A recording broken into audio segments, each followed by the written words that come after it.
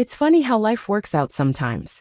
One day you're being told that teachers are worthless, and the next, your family is standing in front of a university building with your name on it. But let me start from the beginning. I'm Catherine Anderson, 42, and this is the story of how my family's disdain for my chosen profession led to one of the most satisfying moments of karmic justice I've ever experienced. Growing up in the Anderson family meant growing up with expectations. My father, Richard Anderson, was a prominent surgeon, and my mother, Elizabeth, was a successful corporate lawyer. My older sister Patricia followed in Mom's footsteps, becoming a high-powered attorney. My younger brother Michael was already in medical school, carrying on Dad's legacy. And then there was me, the middle child who dared to dream differently. Teaching. My mother's voice dripped with disappointment when I announced my career choice during my senior year of college. Catherine, darling, teachers are glorified babysitters. We didn't pay for your Harvard education, so you could waste it in a classroom. But I knew what I wanted. From the moment I started tutoring underprivileged kids during my sophomore year, I found my calling. There was something magical about watching a student's eyes light up when they finally understood a concept. Something powerful about being able to shape young minds and future generations. Teachers are nobodies, my father would shout during our increasingly frequent arguments. Do you know what teachers make? It's embarrassing. No daughter of mine will become a teacher. But I stood my ground. I graduated summa cum laude from Harvard and immediately enrolled in their Master of Education program. My family refused to attend my graduation ceremony. When you come to your senses, my mother said, you can rejoin the family. Until then, don't embarrass us by telling people what you do. I started my teaching career at an inner-city public school in Boston. The work was challenging but rewarding. While my siblings were making six-figure salaries, I was spending my own money on classroom supplies and staying late to help struggling students. The final straw came during a family dinner I was guilted into attending. Patricia was celebrating making partner at her law firm, and Michael had just completed his residency. To my successful children, my father toasted, pointedly ignoring me. The ones who understood the value of real professions. Maybe it's not too late for Catherine, Patricia suggested with fake concern. I'm sure we could find her an entry-level position at the firm. Something more respectable than teaching. I'd had enough. There's nothing unrespectable about being a teacher, I said firmly. I'm proud of what I do. Proud? My father scoffed. Of what? Babysitting other people's children? Anyone can teach. If you're so proud of being a nobody, my mother added, perhaps you should stop coming to family functions. At least until you found a real career. Fine by me. I left that night and didn't look back. I threw myself into my work, continuing my education while teaching full-time. I earned my PhD in educational leadership and began developing innovative teaching methodologies that caught the attention of education researchers. What my family didn't know, what they never bothered to ask about, was that I was revolutionizing how we approach education. My research on adaptive learning technologies and personalized education strategies was gaining international recognition. Then came the call that would change everything. Harvard University wanted to implement my teaching methods across their education department. They offered me a position as a professor of education and asked me to help design a new teaching center. But there was more. A prominent education foundation, impressed by my work, offered to fund the entire project, with one condition. The center would be named after the educator who developed the groundbreaking methodologies. The Anderson Education Center was born. The opening ceremony was a major event in the academic world. The press was there. Educational leaders from around the globe attended. And yes, my family was invited. Not by me, but by the university itself, as the Andersons were well-known donors to the medical school. They had no idea what they were walking into. I watched from backstage as they arrived, dressed impeccably as always. My father in his bespoke suit, my mother in designer, where Patricia and Michael looking every bit the successful professionals they were raised to be. They settled into their seats, probably expecting to network with other wealthy donors. Then the dean of the School of Education stepped up to the podium. Today we celebrate a revolution in education, he began. The opening of the Anderson Education Center represents a new era in teaching methodology, spearheaded by one of the most innovative educators of our generation.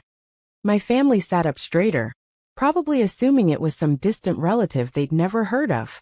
This center is named in honor of Dr. Catherine Anderson, whose groundbreaking research has transformed how we understand and approach education.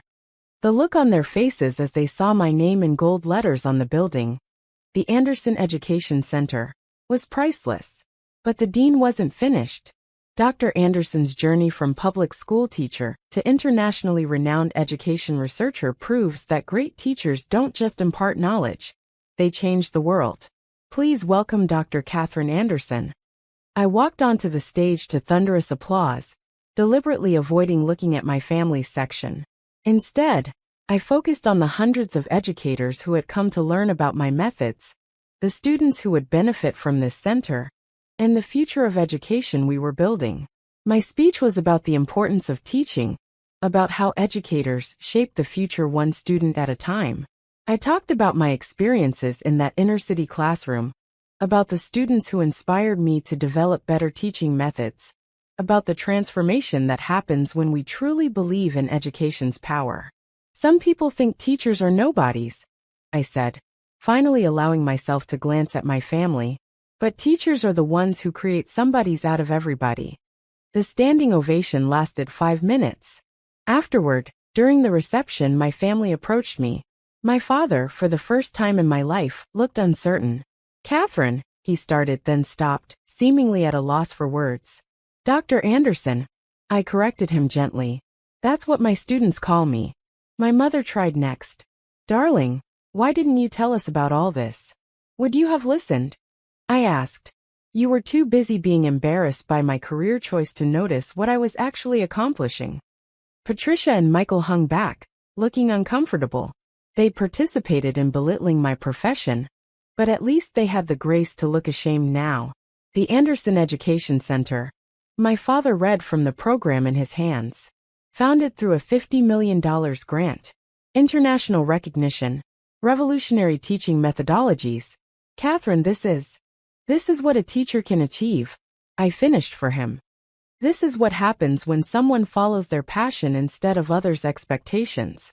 The center became a hub for educational innovation. We trained teachers from around the world, developed new teaching technologies, and conducted research that continued to advance the field of education.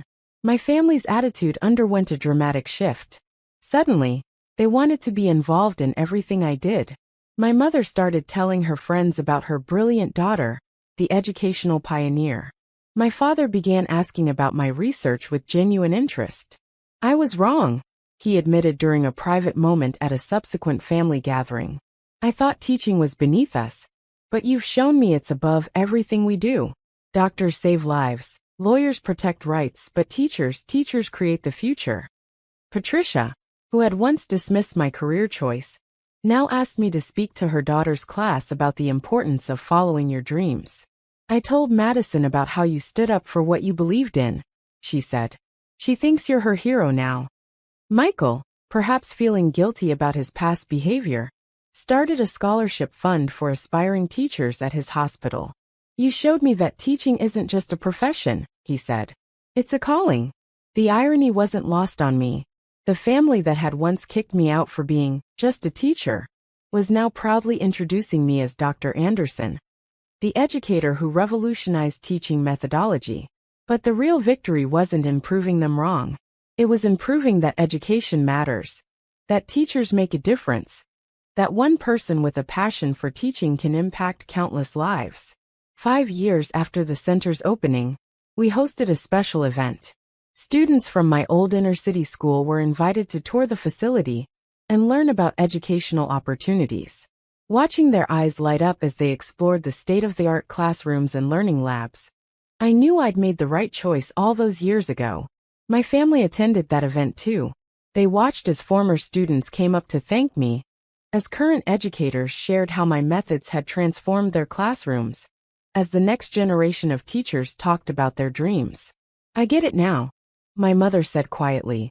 Teaching isn't just a job. It's a legacy.